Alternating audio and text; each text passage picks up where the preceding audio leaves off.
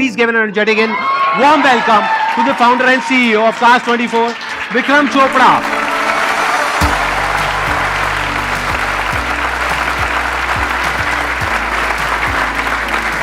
Please have a seat. Thank you.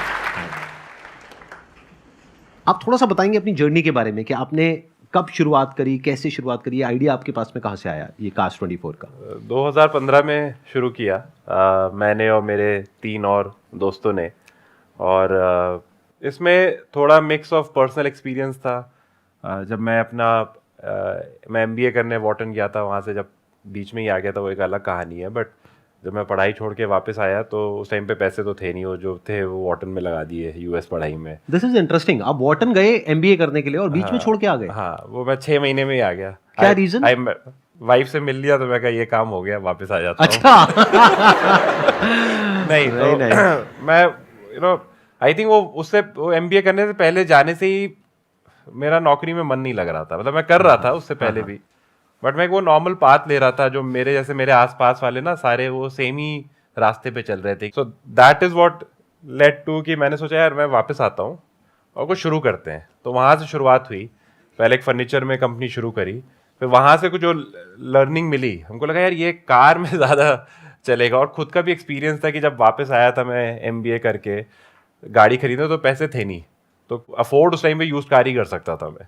तो क्या यार ये इतना बड़ा मार्केट है, मेरे ऐसे बहुत लोग होंगे जिनकी पहली कार यूज्ड कार ही होनी चाहिए, और क्यों नहीं होनी चाहिए। मतलब इट्स फाइनेंशियली भी ये बहुत सॉलिड डिसीजन है। आप नई कार पे आप 8 लाख रुपए खर्च करो, आपको सेम क्वालिटी की कार अगर आधे प्राइस में मिल जाती है तो आप क्यों पूरा पैसा खर्च करो। वो पैसा आप अपने बिजनेस में लगा लो, सेविंग कर लो, कुछ और कर लो। सो वो वहाँ से फिर शुरुआत हुई, और फिर हमने कहा यार ये एक अच्छी प्रॉब्लम है, एक बड़ा मार्केट है, ग्रोइंग मार्केट है। तो वहाँ से फिर Cars24 की शुरुआत हुई 2015 में। हमने वो डोमिनोज से इंस्पिरेशन लिया। हमने कहा sell your car in 30 minutes, कि हम भैया आप आओगे हमसे आधे घंटे में आप गाड़ी बेच सकते हो। तो फिर हमने वही बनाया कि आज अगर आपको गाड़ी बेचनी है, हम आपको ऑनलाइन ही एक पहले प्राइस बता देते हैं कि आपकी गाड़ी को क्या मिलेगा, और उसको भी हम अब इतना एक्यूरेट बना रहे हैं डेटा साइंस यूज करके कि आपको एग्जैक्ट प्राइस ही बता देगा। 15 सवाल के जवाब दो, बिना गाड़ी चेक किए, बिना गाड़ी देखे मैं आपको बता दूंगा कि आपकी गाड़ी का क्या प्राइस होने वाला है। आपको अगर वो प्राइस सही लगता है, आप हाँ करो, एक बंदा आएगा, गाड़ी चेक करेगा। अगर गाड़ी की कंडीशन वही है जो आपने 15 सवालों में भरी है, तुरंत पैसे आपके अकाउंट में और गाड़ी हम ले लेंगे। जब आपने शुरू किया इसको, कॉन्सेप्ट को, तब आपने कहा कि आपने गाड़ी खरीदने पे फोकस किया। इन द सेंस के जो गाड़ी बेचना चाहते हैं उसके ऊपर आपने फोकस किया।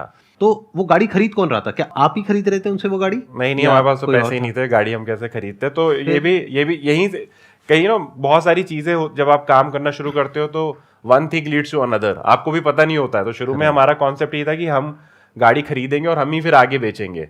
बट हमने कहा हमें कुछ आता तो है नहीं, तो भाई सीखते हैं। तो सीखने के लिए कहाँ जाओगे भाई? यूज कार डीलर भरे हुए हैं, हमारी दिल्ली में तो सबसे ज्यादा है।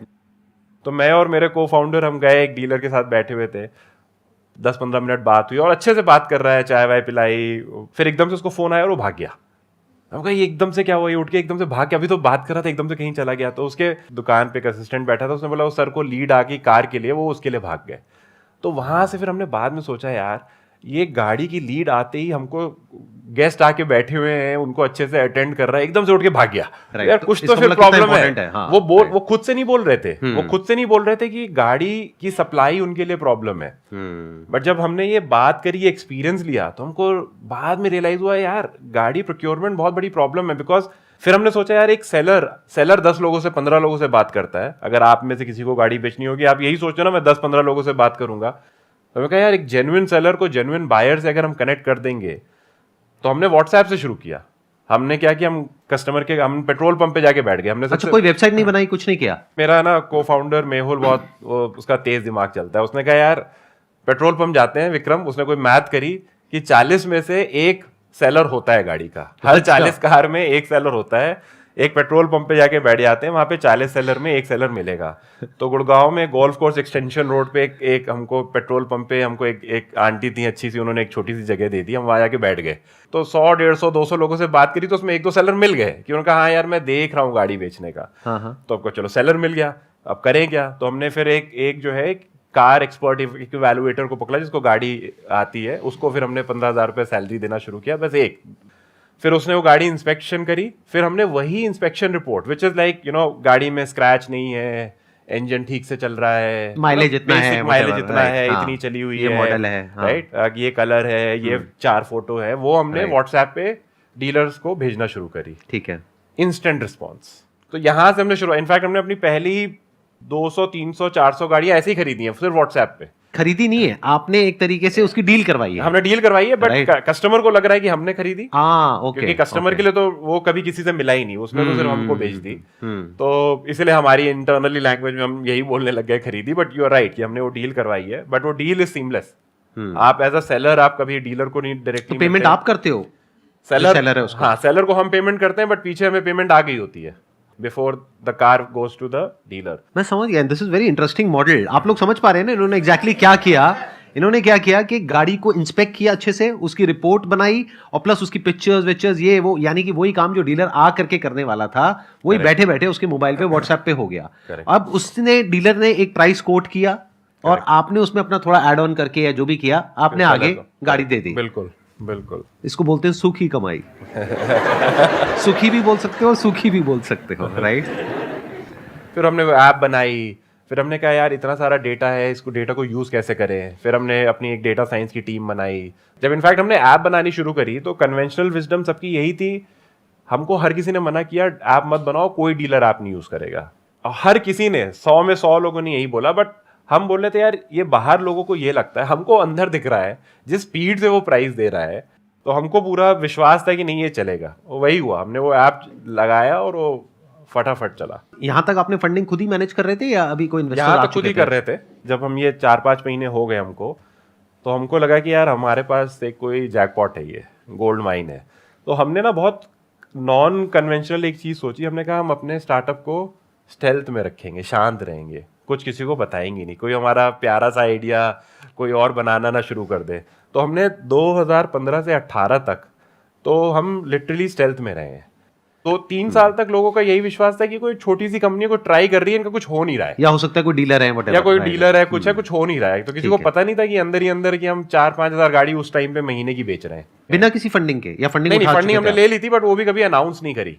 अभी आप देखो ना, बहुत सारे लोग फंडिंग होने से पहले, स्टार्टअप रजिस्टर करने से पहले ही डाल देते हैं सोशल मीडिया पे, मैं ये शुरू कर रहा हूँ। वो तो डील होने से पहले ही अनाउंस हो जाता है आजकल तो। हाँ, वो उसके अपने फायदे हैं। हमारा इससे क्या हुआ कि हम पूरा ना बहुत ही इनवर्ड फोकस्ड हो गए, राइट। तो इसके दूसरे फायदे ये हुए, हमने तो पहले ये सोचा था कि हमें किसी को बताना नहीं है, किसी को पता ना चले, बट इसके दूसरे फायदे ये हुए कि फिर हमारे भी जो लोग थे वो सारे सिर्फ काम पे फोकस थे। वो कोई इस पे फोकस नहीं था कि वो कोई माइलस्टोन पब्लिश नहीं किया, ये 100 हो गया, ये पब्लिश नहीं किया, मैंने वैल्यूएशन अपनी नहीं डाली। तो वो लाइक माइंडेड लोग काम कर रहे थे। तो उस तरह से टीम भी सेकंड थर्ड ऑर्डर इम्पैक्ट ये हुआ कि लोग जो हमको ज्वाइन करे, सर वो इसलिए नहीं ज्वाइन किए कि फंडिंग आ गई है कंपनी में, वो इसलिए ज्वाइन करे कि क्योंकि उनको लगा यार आइडिया अच्छा है। और कितनी बड़ी टीम हो गई आपकी 3 साल में? 3 साल में होगी कुछ 300 लोगों की टीम। 300 लोगों की आपकी टीम हो गई और आप महीने की 5-6 हजार गाड़ियां बेचने लग गए थे तब तक 2018 तक। और तब तक आप कितना पैसा उठा चुके थे? तब तक हम 400 करोड़ के आसपास उठा। और किसी को पता ही नहीं लगा? किसी को नहीं पता था, मेरे आसपास दोस्तों को नहीं पता था।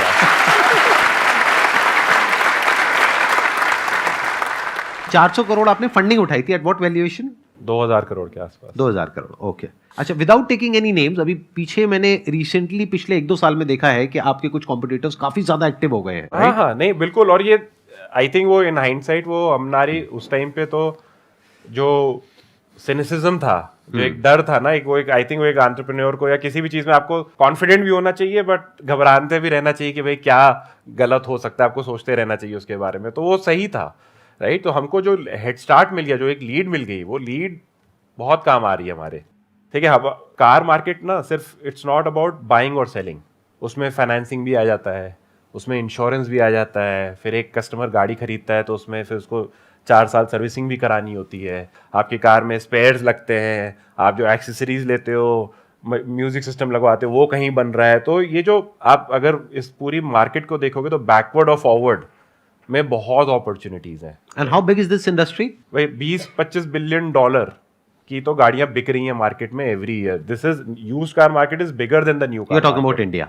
इंडिया, सिर्फ इंडिया की बात कर रहा हूँ, राइट। और ये तो सिर्फ खरीदने बेचने की है, वो मैं पीछे की मार्केट और ऐड करूंगा तो ये तो 100 बिलियन का मार्केट है। इंसान सबसे पहले जब उसके पास थोड़े से भी पैसे होते हैं सबसे पहले गाड़ी ही लेता है, गाड़ी लेगा या बाइक लेगा, क्योंकि घर लेने के लिए एक स्टेज थोड़ी लेटर आती है। ठीक बात। और यूज केस बदलते रहते हैं। शुरू में आप अपने लिए लेते हो कि भाई मैं ड्राइव करूंगा, अपना दोस्तों के साथ घूमूंगा, फिर शादी हो जाती है तो फिर आपको अपनी फैमिली के लिए चाहिए, फिर बच्चे हो जाते हैं फिर तो बिल्कुल ही गाड़ी चाहिए कि भाई स्कूल जाना है, काम घर के काम करने, तो यूज केसेस भी बदलते रहते हैं आपके। राइट, ये तो सभी ने एक्सपीरियंस किया है, सबने तो I am not sure, but मैंने तो ये पर्सनली एक्सपीरियंस किया है कि जैसे गाड़ी में लेता हूँ अपने लिए, लेकिन बाद में फैमिली में कोई ना कोई आकर के उस पर कब्जा कर लेता है और मैं सड़क पे आ जाता हूँ फिर मुझे फिर से बैक टू स्क्वायर वन के वापस से सोचो कि अब कौन सी गाड़ी लेनी है। एनी हाउ, तो अभी अगर ये देखा जाए कि मार्केट जो कि इतनी कॉम्पिटिटिव है, इतने सारे प्लेयर्स हैं और काफी एक्टिव हैं और वेल फंडेड है, तो उसमें what are your strengths,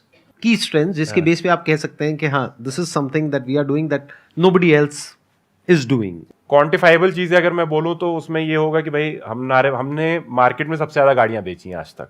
in terms of numbers कितना बड़ा नंबर है वो नंबर तो लाखों में, मतलब 10 लाख के ऊपर चला गया, राइट। तो वो ओईएम से बेटर अंडरस्टैंडिंग है हमारी गाड़ियों की, राइट। उनकी गाड़ियों से बेटर हम उनकी गाड़ियां अब समझते हैं, क्योंकि ये एक तरह का ऑक्शन हमने बना दिया। तो जितना डेटा हमारे पास है कि आज जो मैं आपको बताऊं कि मैं बिना आपकी गाड़ी देखे गाड़ी का प्राइस दे सकता हूँ, वो इसीलिए क्योंकि मेरे पास इतना डेटा है। बट हमने काफ़ी नई चीज़ें शुरू कर दी हैं, तो हमने कहा कि यार अब हम इंडिया में जो बना रहे हैं ये ऑस्ट्रेलिया में कोई नहीं कर रहा, तो वहाँ पे करते हैं। तो हमने ऑस्ट्रेलिया लॉन्च करा है 2 साल पहले, सिमिलरली यूएई लॉन्च किया, तो हमने, और फिर इंडिया में हम कुछ नई नई चीज़ें और कर रहे हैं। तो वो नए एरियाज में अब हम इन्वेस्ट कर रहे हैं, but core business is making money.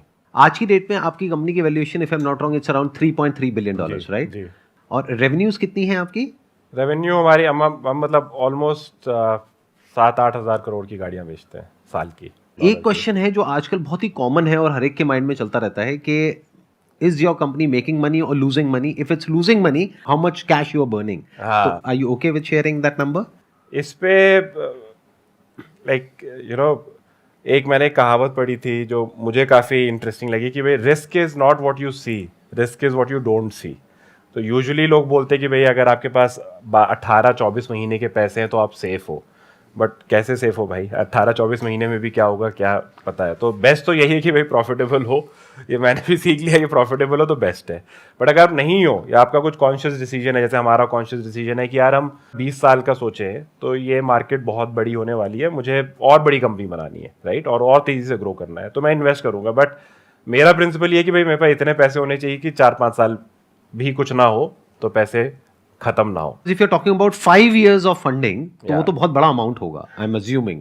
हाँ, देखिए हमारे पास, हमने, ये तो मीडिया में ही आ चुका है, हम ऑलमोस्ट 1 बिलियन रेस कर चुके हैं total money in our existence, right. But उसका आधा तो हमने यूज नहीं किया है, तो आधा पैसा मतलब हमारे पास 4,000 करोड़ तो अकाउंट में है। यहाँ बांट दो इन लोगों को, मतलब ये देखो ना कितनी उम्मीद से आप लोगों को देख रहे हैं, बहुत उम्मीद है इन लोगों की आंखों में, बेचारे पता नहीं कहाँ से आए हैं।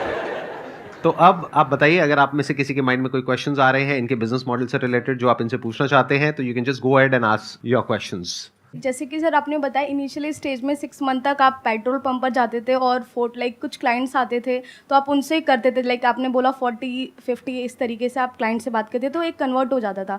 बट उससे पहले ये कैसे आइडेंटिफाई हुआ कि हाँ ठीक है 40 में से हमारा 1 लॉ ऑफ एवरेज है? क्योंकि वो इसकी सिंपल सी मैथ ये है कि इंडिया में साल की 30 लाख गाड़ियाँ बिकती हैं, ओके, राइट। तो 30 लाख गाड़ियाँ साल की बिकती हैं, तो महीने की आपकी मान लो 3 लाख 2.5 लाख गाड़ियाँ बिकती हैं, राइट। और 3 करोड़ गाड़ियाँ हैं इंडिया में, तो अगर 30 लाख गाड़ियाँ बिक रही हैं 3 करोड़ में, तो 10 में से 1 बिक रही है। तो ये हमारी सिंपल सी मैथ थी। तो आपने बताया था, this is very interesting point, मैं यहाँ पे थोड़ा ऐड ऑन करता हूँ कि आपने बताया था कि जब आपने ये पेट्रोल पंप पे ये किया था, इस तरीके से आप बैठे थे, तो वहाँ पे आपने 100-150 लोगों से बात करी थी, जिसमें से 1-2 लोगों ने हाँ कहा था। करेक्ट। बाकियों का क्या एक्सप्रेशन था जब आप उनको जाकर के बोलते थे कि भाई आप आप अपनी गाड़ी बेचना चाहते हो? क्योंकि कुछ लोगों को अपनी गाड़ी से बहुत ज्यादा प्यार होता है। मैंने देखा है कि 50-50 साल तक लोग गाड़ी को बच्चे की तरह संभाल करके रखते हैं। तो जब उनसे आप उनके बच्चे को बेचने की बात करते थे तो उनका क्या एक्सप्रेशन होता था? मैं वो जानना चाहूंगा। वहीं से हमारा ये sell your car in 30 minutes का प्रोपोजिशन आया कि कि जब वो एक दो लोगों से बात करी, कुछ लोगों से बात करी, तो हमको लगा कुछ हुक तो बनाना पड़ेगा। हाँ। क्योंकि आप नॉर्मली जाके बात करोगे तो फिर आप तो वैसे ही हो, कोई भी आके सर गाड़ी बेच रही है, करना है, राइट? आप कोल्ड मार्केटिंग कर रहे हो, आपका कोई कॉन्टेक्स्ट नहीं है। हाँ। तो फिर हमने उनको ये प्रोपोजिशन दिया कि भाई हमारा एक ये नया कॉन्सेप्ट है कि 30 मिनट में आपकी गाड़ी बिक जाएगी और आपको एक नो कमिटमेंट प्राइस मिलेगा जिसपे आप हाँ या ना कर सकते हो, कोई प्रेशर नहीं है। बट अगर आप हाँ करोगे तो इंस्टेंट मनी भी मिल जाएगी। और ये आपने सिर्फ पैम्फलेट के थ्रू आपने कम्युनिकेट किया ये मैसेज को? मुंह के थ्रू। फिर धीरे धीरे आई थिंक 15 दिन बाद पैम्फलेट। अच्छा, पैम्फलेट भी नहीं? अच्छा, उसके बाद 15 दिन बाद। This is a very interesting phase, और मैं इसके बारे में थोड़ा और जानना चाहूंगा कि जो शुरू के 6 महीने थे, आपको याद है एग्जैक्टली आपने कितनी गाड़ियां बेची? पहले 15-20 दिन मेहुल, तो मैं बहुत सारे सेंट्रल काम देख रहा था कि कुछ हायरिंग वगैरह के। मेहुल माई को फाउंडर वो फील्ड पे था। 10-15 दिन हो गए, हमने गाड़ियां इंस्पेक्ट करना शुरू कर दी, कस्टमर इंस्पेक्ट कराए थे, एक भी गाड़ी नहीं कन्वर्ट हुई, राइट? तो मेहुल का मुझे फ़ोन आया है कि बिल्कुल ही डीमोरलाइज कि यार ये नहीं हो रहा, कुछ और ट्राई करते हैं। फिर मैंने उसको फ़ोन पे 5 मिनट दे दिया पूरा मोटिवेशनल स्पीच। मैंने कहा यार 5 लाख रुपए तो पड़े हैं, 2-3 लाख रुपए की 3-4 गाड़ियाँ खरीद लेते हैं, खुद से खरीद लेते हैं, फिर बेचने की कोशिश करते हैं, कुछ सीखेंगे, क्या होगा, लॉस हो जाएगा 10% का, 2 लाख की 20,000 का लॉस हो जाएगा, 30,000 का। तो वो हमने 2-3 गाड़ियाँ खरीद ली। उससे क्या हुआ, हमको कॉन्फिडेंस बढ़ गया। फिर इन्होंने और समझना शुरू किया प्रॉब्लम क्या है। हम गाड़ी के इंस्पेक्शन में ये चीज़ ढंग से नहीं देख रहे हैं, इसको और ढंग से देखो, कस्टमर की फिल्टरिंग और ढंग से कैसे करें, राइट? और डीलर्स को कैसे प्लेटफॉर्म पे अपने व्हाट्सएप चैनल पे ऐड करें, राइट? तो वो सब चीज़ें करी, और वो करने से पहले 15 दिन हमने ये एक भी गाड़ी नहीं खरीदी। आई थिंक अगले 30 दिन में उसने कुछ 15-20 गाड़ियाँ खरीद ली थी, राइट? ये अपने पैसे से या? अच्छा, इसमें से 2 आपने अपने पैसे से खरीदी, बाकी की डीलर के थ्रू। और जो अपने पैसे से खरीदी उसमें 50% नुकसान हुआ। 50% नुकसान हुआ? बट उससे जो कॉन्फिडेंस आ गया, तो उसके बाद वो चक्का अपने आप चल गया, क्योंकि वो बाकी गाड़ियों में उन्होंने वही किया कि डीलर से बिड कराते, पैसे ही नहीं थे, गाड़ी खरीदने का ऑप्शन ही नहीं था खुद से। अच्छा, आप ये बताओ, आपके में से कितने हैं जो कि कार्स 24 के एग्जिस्टिंग कस्टमर्स हैं, जिन्होंने कुछ खरीदा है या बेचा है? पापा ने कार सेल करी थी? अच्छा, अपना एक्सपीरियंस बताना चाहोगे आप? मेरे फादर ने कार ली थी, देन आफ्टर 2 years हमने सोचा नई कार लेते हैं।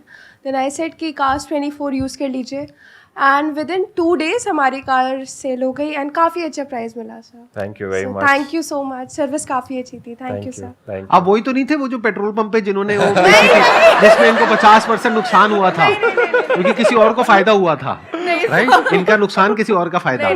नहीं, है ना? प्रॉपर चैनल के थ्रू बेची आपने जी, इनका जो था। जी सर। आज तक आपने जब से भी शुरू किया है काम को, कोई ऐसा कस्टमर एक्सपीरियंस जो कि बहुत ही ऑकवर्ड हो, जो आपको याद हो, या कुछ फनी हो, या ऐसा कुछ? The best one I remember is, एक अंकल आए हमारे, मतलब 60-65 ईयर्स के होंगे, वो गाड़ी बेचने आए बॉम्बे में। उन्होंने इंस्पेक्शन करवाया, प्राइस पे हाँ कर दिया, गाड़ी बेच के चले गए। आधे घंटे में his daughter came to us said कि वो हमारी सुबह लड़ाई हो गई थी पापा से, पापा गुस्सा हो गए पापा ने आगे क्या बाहर में गई तुम्हारी गाड़ी, मुझे तुम्हारे पैसे नहीं चाहिए, जो भी हुआ मैं मेरे पास अपने पैसे। उन्होंने आई, गाड़ी बेची, और कहा कि नहीं प्लीज आप ये गाड़ी हमें वापस कर दो, ये है। तो फिर हमने कहा ठीक है यार आप। अच्छा, आपने वापस कर दी? आपने वापस कर दी। बट इस तरह के कई बार केसेस हुए हैं, और एक बार नहीं कई बार केसेस हुए हैं, जब process is so easy and fast कि लोग आके गाड़ी बेच देते हैं, फिर उनको रियलाइज होता है कि यार नहीं, हमको नहीं बेचनी है। क्या कभी ऐसा हुआ है, I am just thinking loud right now, कि जैसे गाड़ी है पिताजी के नाम पे और बेटे ने आकर के बेच दी हो? नहीं, आई एम श्योर कोशिश तो करी होगी, मतलब बच्चे कई होते हैं बड़े खुराफाती होते हैं, यहाँ भी बैठे होंगे।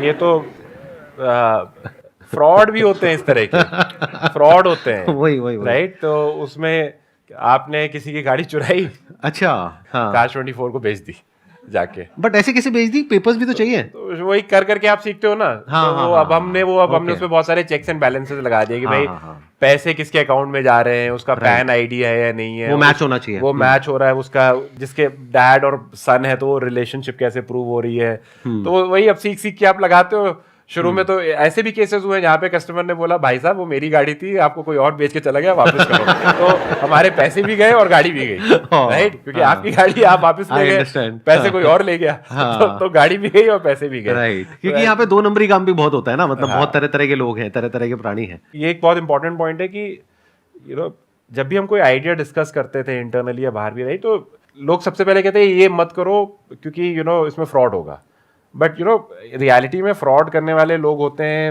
1-1.5, उसके चक्कर में आप 99 के लिए आप एक रूल नहीं बना सकते। जैसे हम इंटरनली एम्प्लॉइज के साथ अपना पूरा डेटा शेयर करते हैं कि क्या रेवेन्यू है, क्या प्रॉफिट है। अब हम क्या है, ऑनलाइन डीलरशिप भी है, कुछ गाड़ी हम डायरेक्टली कस्टमर को भी बेचते हैं, क्योंकि खरीदना गाड़ी भी तो प्रॉब्लम है। सर्टिफाइड गाड़ी, राइट। तो हमारा उसमें एक हमारी एक है कि हम करते हैं 7 days no questions asked returns. अगर आप गाड़ी रखो 7 दिन, कोई रीजन आके कोई बहाना बनाने की जरूरत नहीं है आपको। अगर नहीं समझ में आ रही गाड़ी, आप वापस कर दो। अब वो चाहे प्राइस था, वो कलर था, वो आपके घर वालों को पसंद नहीं आई, आपको नहीं पसंद आई, आपने जॉय राइड के लिए गाड़ी ली थी कि कार24 दे रहा है 5 दिन के लिए ले लेता हूँ, जो भी रीजन था, राइट, डजंट मैटर। बट अगर आपको 7 दिन में गाड़ी रिटर्न करनी है, and you return 100% of the money, 100% of the return, no questions asked. हम आपसे पूछते भी नहीं है कि आप क्यों रिटर्न कर रहे हो गाड़ी। मुझे पता है आप लोगों के दिमाग में क्या आ रहा है।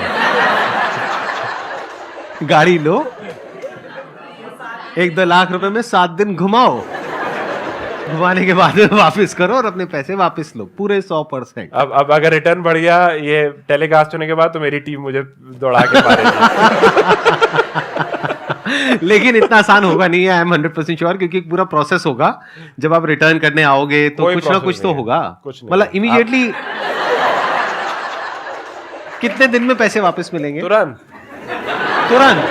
ये मैट्रिक है, मैं खुद ट्राई करता हूँ। हमारे ऑफिस में आंधी तूफान आ जाता है कि अगर थोड़ा भी डिले हो जाए तो। और आपके पास कैसी कैसी सर्टिफाइड गाड़ियां हैं? मतलब बढ़िया भी हैं, जैसे मतलब लग्जरी गाड़ियां होती हैं और होती हैं, बट लग्जरी गाड़ी की मार्केट ही छोटी है इंडिया में। नहीं मैं ले लूंगा।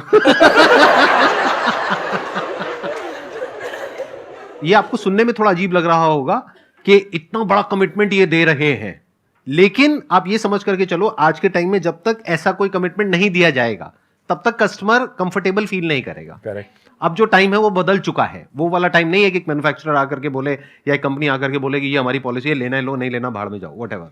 अब है कि प्रॉपर चीज को ऑफर किया जाए, ये अज्यूम करके कि 99% लोग जेन्युइन है, which is a fact.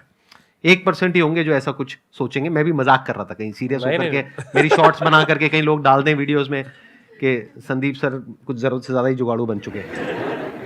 Sir मेरा नाम तुषार गुप्ता है। हाँ। और पूछना सर मुझे ये है कि आपने जैसे अभी थोड़ी देर पहले बताया था कि आप जब एड्स वगैरह चलाते थे तब गूगल पे ऑप्शन नहीं था, तो पूरे एनसीआर में ही चलती थी। तो मतलब मैं जितना नहीं, समझ पा फेसबुक पे रहा हूँ, ऑप्शन नहीं था। हाँ गूगल पे Facebook था उस टाइम पे। Okay.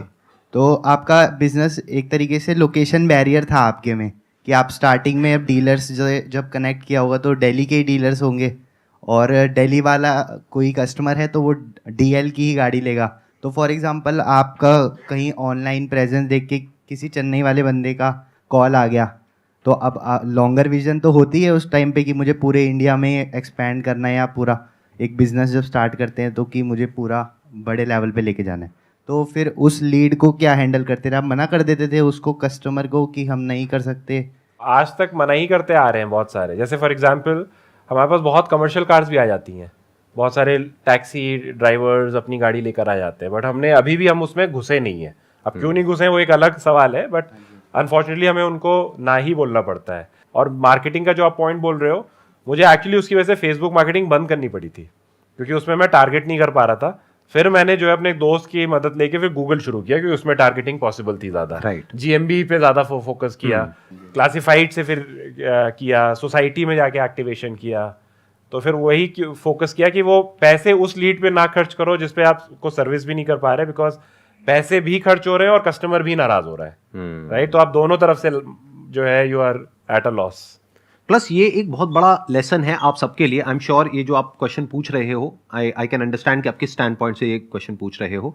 You are asking because क्या होता है, जब हम एक काम को शुरू करते हैं तो हमारे पास में जब भी कोई कस्टमर आता है तो ना कहना बड़ा मुश्किल होता है। कैसे छोड़ दें? तो ये लगता है कि चलो इसको भी हाँ बोल दो, उसको भी हाँ बोल दो, उसको भी हाँ बोल दो। उस चक्कर में क्या होता है कि हम बहुत कुछ करने की कोशिश करते हैं और कुछ भी ढंग से नहीं कर पाते हैं। तो you must have a razor sharp focus and clarity as far as कि मुझे क्या टारगेट करना है, और उसके बाहर जो भी कुछ है उसको ना बोलने के लिए तैयार रहना है। ये कॉल बहुत इंपॉर्टेंट होती है, नॉट आगे जाकर के, क्योंकि आगे जाकर के तो जैसे जैसे आपका बेस बढ़ेगा आपके लिए हाँ बोलने की पॉसिबिलिटी बढ़ेगी। शुरू में you need to be very clear कि आप किस नीश को आप टारगेट कर रहे हो और किस जगह को आप फोकस कर रहे हो। उसके बाहर कुछ भी आता है, उस एरिया के बाहर कुछ भी आता है तो आपको ना बोल देना है। जैसे waste Would you भी हो like to जाता है। add on something? Yeah. नहीं, जो आपने मुझसे पूछा प्रीमियम कार्स का, राइट? हाँ हाँ तो यही है, अब हमें ऐसा नहीं कि कभी भी नहीं करेंगे, आज हम उस पर नहीं करते हैं फोकस, बट देखा जाए तो उसमें मार्जिन बहुत ज्यादा है, क्योंकि मेरे को तो वो ज्यादा बट अट्रैक्टिव वही लग रहा है है। फोकस, हाँ। अपॉर्चुनिटी है, बट अभी आप वही ना, how many balls you want to juggle, Right. Right? तो अभी ऑलरेडी इतनी सारी बॉल्स है हाथ में, हाँ, तो ये है, ये हमारे आगे के प्लान में है, प्लानिंग में डला हुआ है, और उस पर बहुत बड़ा फोकस है, बट आज नहीं कर रहे। ये एक बहुत बड़ी क्वालिटी है जो आपको अभी सीखनी होगी। यानी कि इस सेशन से अगर सिर्फ एक चीज अपने घर लेकर के जानी है, वो यही है कि जो इनका फोकस है, देखो अभी जैसे ही मैंने इनके बिजनेस मॉडल को समझा तो मेरे माइंड में सबसे पहले आया luxury cars. I am sure आपके भी माइंड में कई बार आया होगा, क्योंकि लग्जरी कार आप मान करके चलो, अगर कोई 50 लाख की गाड़ी है तो वो एकदम ही टूटती है, 20 लाख पे आ गई तो उसमें मार्जिन भी मोटा है, क्योंकि जो लग्जरी कार खरीदने आ रहा है वहां पे मार्जिन भी मोटा है। 2 लाख की गाड़ी में क्या मार्जिन होगा? 20-30 हजार रुपए का। वहां पे मार्जिन भी 2 लाख, 3 लाख, 4 लाख का मार्जिन है। तो उधर मार्जिन ज्यादा है, अपॉर्चुनिटी बड़ी है, लेकिन ये कह रहे हैं अभी नहीं करना है, because of their strategy, because of their vision. तो ये विजन और ये स्ट्रैटेजी होना बहुत जरूरी है, ये ना बोलना बहुत जरूरी है। You must all learn to say no in your life if you really want to do something big in business. On that note, let's end this conversation. Let's end this session. Let's give a big round of applause for him. Thank you so much, sir. यहाँ पर आने के लिए it was pleasure meeting